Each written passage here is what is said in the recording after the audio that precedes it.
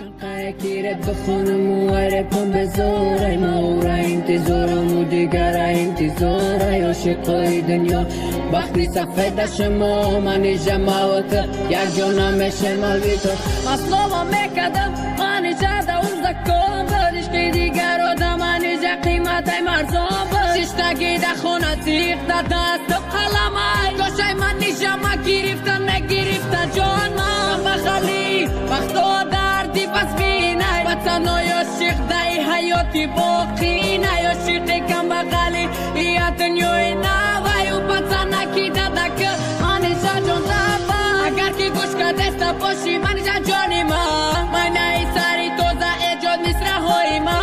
بوی مای دچه اوه بوی حرام دستور پشا و روز بکردی تو برام کسی لوکا کی غاف ماشینه کی بلند در پشی ماشین منیشا جان سر بلند آهول بگید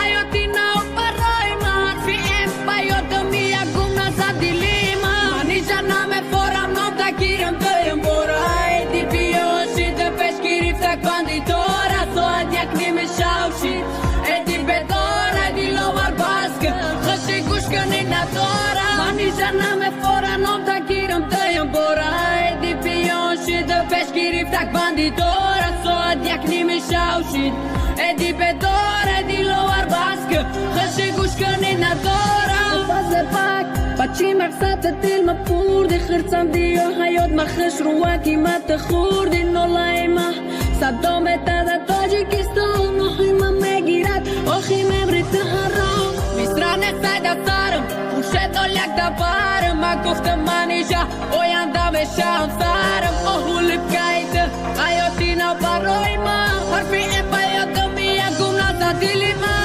آهول بگید حیاتی نو برای ما حرفی ام بیاد یکم نزد دیلی ما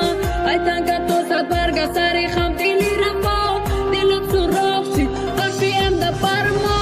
چقه نخونم دردی تو ازامتا چی بکی خاکستری سوختگی را بادنتا یادی تا دیلی ما موندگی خاطیره یادی عشقی تو کم روز ای دنیا میبرم منیشا نمه فورم نام تگیرم دویم برای دی بیاشی ده پش گریفته کندی داره ساعت یک نیمه شوشید ایدی بداره دی لور باسک خشی گوش کنی نداره